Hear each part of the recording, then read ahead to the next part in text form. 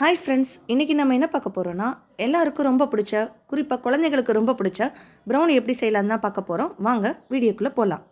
ஒரு கடாயில் கொஞ்சமாக தண்ணி ஊற்றி ஒரு பாத்திரம் வச்சுடுங்க. பாத்திரத்தில் 200 கிராம் வெண்ணெய், சாக்லேட் அதுவும் போட்டு நல்லா கிளறி விட்டுக்கோங்க.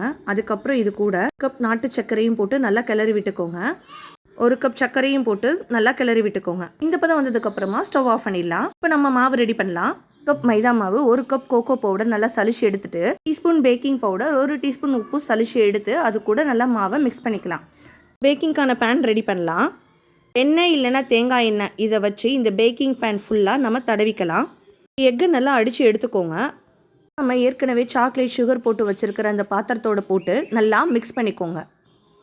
இது கூட நாம் இப்போது சலிச்சு வச்சுருக்கிற இந்த பவுடரையும் சேர்த்து நல்லா மிக்ஸ் பண்ணிக்கோங்க.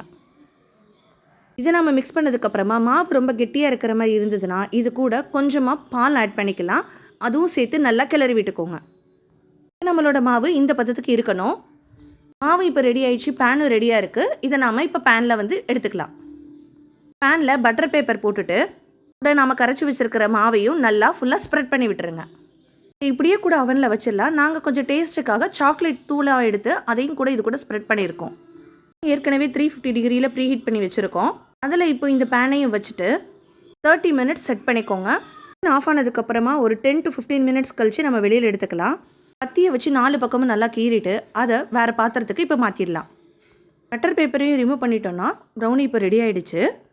இதுக்கு மேலே சாக்லேட் பட்டர் அதை வச்சு சிரப் மாதிரி செஞ்சு அதுவும் போடலாம். நாங்கள் வெறும் சாக்லேட் மட்டும் சிரப் மாதிரி செஞ்சு அதை இதுக்கு மேலே போட்டிருக்கோம்.